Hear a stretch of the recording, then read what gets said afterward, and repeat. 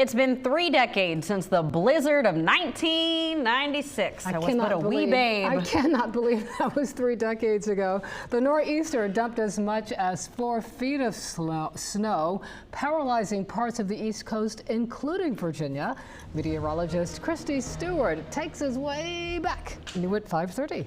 Yeah, this week marks the 30th anniversary of the blizzard of 1996. It impacted the East Coast from January 6th through the 8th. An area of low pressure to the west merged with an area of low pressure in Georgia, creating a powerful low that slowly made its way along the East Coast, traveling just offshore. To the north was a strong area of high pressure that really just wasn't budging. This allowed a lot of moisture from the Gulf and Atlantic to get wrapped up into this system, while cold air got pushed in from the north. That led to the perfect conditions for heavy snow to fall.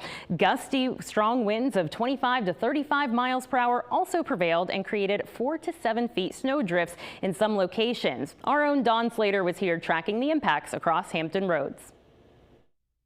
Tides rising to around 2 feet above normal. You can see some very heavy thunderstorms going on across the Outer Banks.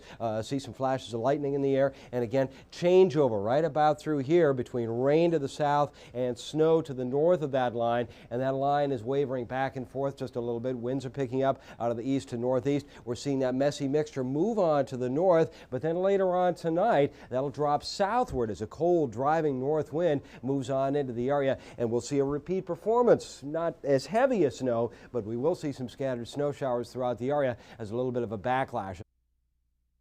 Take a look at those graphics. Yeah, here in Hampton Roads, we didn't end up with multiple feet of snow like other parts of Virginia did, but we did see 1/3 of our season total during this snowstorm. The Norfolk International Airport picked up 6.2 inches. The mountains accumulated the most with 48 inches of snow in Big Meadows and 37 inches in Shenandoah. On the 7th, all major highways were closed. They reopened on the 8th, but 75% of state and local highways still remained impassable. Virginia spent $50 million on snow removal and roughly $7 million on roadway repairs. The National Guard was deployed to transport medical patients in Humvees.